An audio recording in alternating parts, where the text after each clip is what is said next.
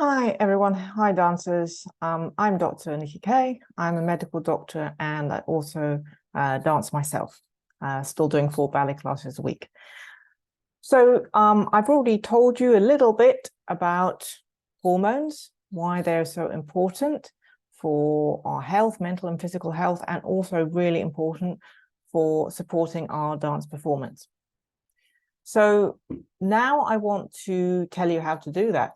I want to tell you how to harness these hormones to reach your optimal health and your full potential as a dancer. The good news is that it is actually relatively straightforward.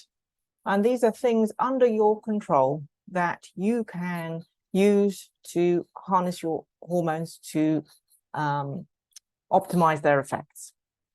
So what are these things that you can do? There are actually 3 things. First of all, of course, your dance training itself. You need to be doing your classes and practicing, of course, and this will be determined largely by your age and your ability, your level. So I won't go in too much detail about the dance training, but suffice to say, try to, when you're doing your training, not to focus on one particular area.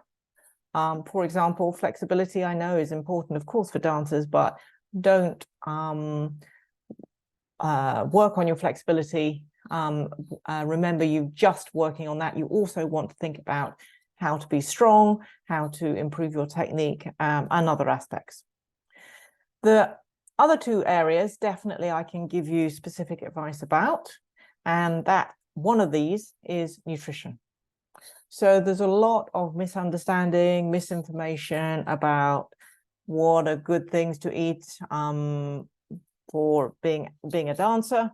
Yes, of course, we want to eat in the healthiest way possible and limiting highly processed foods, of course, but we're going to really go into the details about what sort of things, and the timing of when you eat is also very, very important. And the food, make sure you're including all the important food groups as a dancer. The third thing that actually gets neglected a lot is sleep. Sleep, according to one of Macbeth's plays, sleep is the chief nourisher in life's great feast. I remember that quote from when I was a youngster studying English because that's so important. It really sums up what sleep can do for you. My whole focus is on hormones and how important they are for your health and your performance. But when do these hormones actually work their magic, come into action, perform their own internal dance, these hormones? And this actually happens mainly when we're asleep. So during the day, you're training, you're eating, you're doing all your daily activities. But then when you're asleep, that's the time it has the hormones have the opportunity to be produced, go and into all the cells, direct the expression of proteins in your DNA. So that's why sleep is pretty crucial, and sometimes something that's overlooked. Of course, we're all busy, and sleep patterns, the occasional late night, for example, is fine. But in general terms, sleep is something that we can all look to improve. I know this includes myself. So I'm just going to spend the last bit of this talking about sleep. What are some top tips to make sure you get really good quality and quantity of sleep?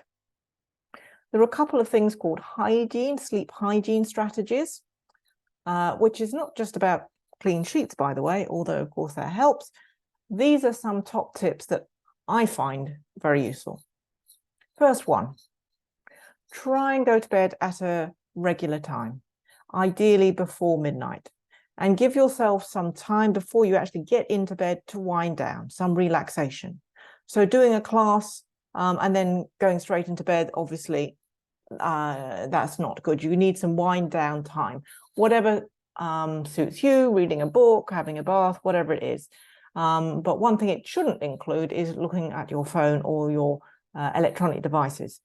Why? Because the type of light emitted from these devices, it interferes with the production of the sleep hormone called melatonin. So try to avoid looking just before you go to bed at messages. Ideally, switch your phone off, or if you do have to have it on, then at least have it in silent so it's not going to disturb your sleep. So, timing of going to bed, wind down strategies to go to sleep. The other top tip for you is try and have some protein before you go to bed. If you're able, milk is ideal in this regard because milk contains a particular type of protein called casein, which is really, really good for repairing muscles and helping muscles be strong. So having some protein before you go to bed is another top tip. And also milk contains a precursor for making the sleep hormone melatonin, which I've already mentioned. So that's another top tip. So I think I'll limit it to that. That's already something hopefully you can work on from a practical point of view, your sleep. In further episodes, I'm going to be talking through the nitty-gritty of nutrition for dancers. So see you again soon.